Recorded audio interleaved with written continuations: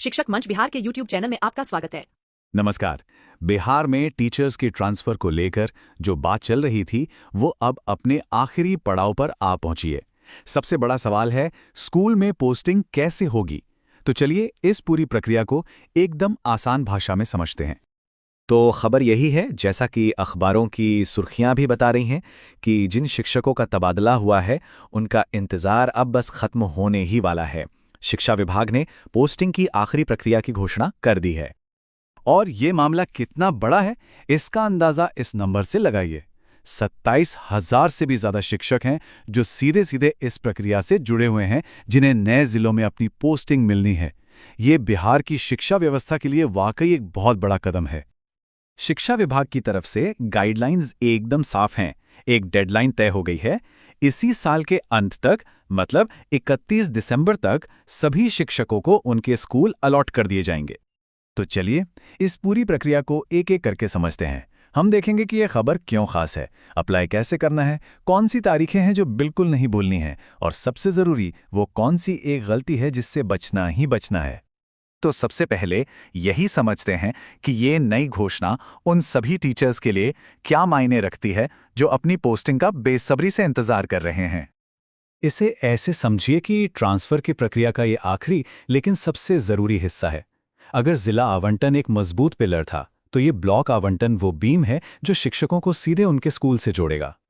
तो अब आते हैं सबसे जरूरी सवाल पर, आखिर करना क्या है? अच्छी बात यह है कि आवेदन की प्रक्रिया को काफी सीधा और सरल रखा गया है। अपने पसंदीदा ब्लॉक चुनने की पूरी प्रक्रिया ऑनलाइन है। इसके लिए ई-कोश पोर्टल पर जाना होगा, मतलब कोई भी ऑफलाइन तरीका नहीं है, सब कुछ ऑनलाइन ही होगा। पूरी प्रक्रिया को सिर्फ इन 3 आसान स्टेप्स में बांटा गया है। पहला, ई-कोश पोर्टल पर लॉगिन करना है। दूसरा, अपनी पसंद के 5 ब्लॉक्स चुनने हैं। और तीसरा, आखिरी तारीख से पहले अपनी चॉइस सबमिट कर देनी है। यहाँ एक बहुत जरूरी नियम है। आपको ठीक 5 ब्लॉक चुनने हैं, न 5 से कम न 5 से ज्यादा। ये अनिवार्य है, और अगर ऐसा नहीं किया तो आवेदन मान्य नहीं होगा। अब बात करते हैं टाइमलाइन की। कौन सा काम कब तक करना है, ये जानना बहुत जरूरी है, तो इन तारीखों पर खास ध्यान देना होगा। तो आखिर करना क्या है और कब तक? चलिए पूरी समय सीमा को अच्छे से समझ लेते हैं। देखिए, पूरी प्रक्रिया की एक टाइमलाइन है। 27 नवंबर से 5 दिसंबर तक अप्लाई करना है।